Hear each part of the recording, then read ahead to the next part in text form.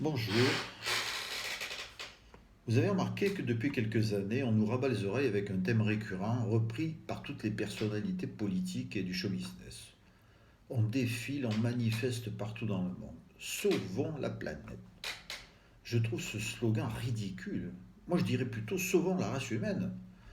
Mais l'insistance avec laquelle tous les politiques mettent cet objectif en avant m'inquiète. En faire une cause internationale, cela cache quelque chose qui ne va pas tarder à nous arriver dans la gueule, sous peu ou même avant, sans doute une nouvelle taxe ou une contribution financière pour hospitaliser la planète. Je ne suis pas totalement climato-sceptique. Le changement climatique n'est pas un mythe. Dans notre univers, quelles sont les choses qui restent immobiles sans évoluer, sans changer d'aspect? Aucune, bien sûr. Notre système solaire un jour disparaîtra. On ne pourra rien y faire. Nous-mêmes subissons les conséquences du temps qui passe, nous changeons d'aspect et autour de nous tout est en mouvement et sujet à des variations dont l'amplitude reste imprévisible. On entend à ce sujet tout et n'importe quoi. La température de notre doux pays va devenir tropicale, on prévoit que le niveau des mers va s'élever d'1, 2 ou 3 mètres, submergeant nos villes côtières, la mer va ronger les côtes françaises et réduire notre territoire à peau de chagrin. Si c'est le cas, qu'est-ce qu'on attend pour reconstruire les villes ailleurs avant qu'elles soient englouties? Ce n'est pas en réduisant nos émissions de gaz à effet de serre et de CO2 que le climat va se maintenir doux et stable. Il existe des phénomènes naturels qui peuvent se charger de ramener nos prétentions à leur juste valeur, notamment l'activité volcanique et les secousses sismiques pour lesquelles nous ne pouvons rien.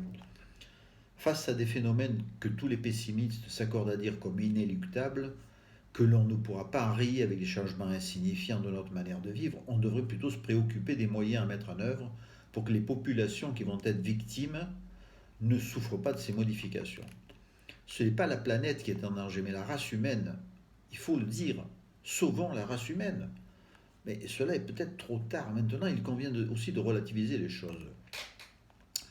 Je ne suis pas totalement climato-sceptique, je l'ai dit. Il est vrai que le climat change comme il a changé dans le passé, alors que l'activité humaine n'y était pour rien. Pendant 4 siècles, entre les années 900 et 1300, il y eut un réchauffement important dans l'hémisphère nord. Les Vikings danois découvrirent un Groenland sans glace, recouvert par une forêt giboyeuse à tel point qu'ils y installèrent des colonies. Puis de 1300 à 1850, le climat s'est inversé. Les spécialistes appellent ça le petit âge glaciaire. Les glaces ont investi massivement le pôle Nord et les terres situées près du cercle arctique. Nos hauts sommets se sont garnis de glaciers à tel point qu'en 1852, près de Chamonix, les moraines de la mer de glace qui descendent dans la vallée détruisent 2 villages, Bonanay et Châtelard. Puis le glacier stoppe sa progression au pied du village des Bois. La Suisse connaît les mêmes problèmes.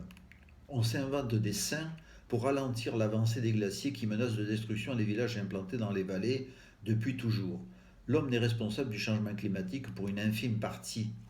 Et les restrictions que proposent nos dirigeants et les écologistes n'auront aucune conséquence sur la modification du climat. Par contre, ces nouvelles dispositions amélioreront certainement, et c'est un bien, la santé et le confort des gens qui vivent et travaillent au sein des villes. Là où nous sommes hypocrites, c'est que les pays européens et les États-Unis, après avoir pillé la planète pendant plus d'1 siècle et apporté à leur population un confort de vie inégalé dans le monde, ces mêmes pays voudraient imposer aux pays émergents qui aspirent et envient notre cadre de vie des restrictions pour sauver la planète.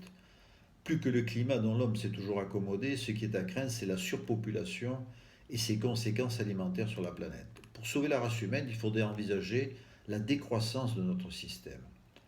Ne jamais oublier que depuis que la vie existe sur Terre, 5 extinctions de masse se sont produites.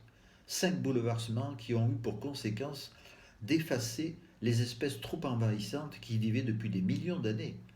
Posons-nous la question, la Terre ne s'est-elle pas débarrassée volontairement des espèces prédatrices? Comme si la Terre était une entité vivante.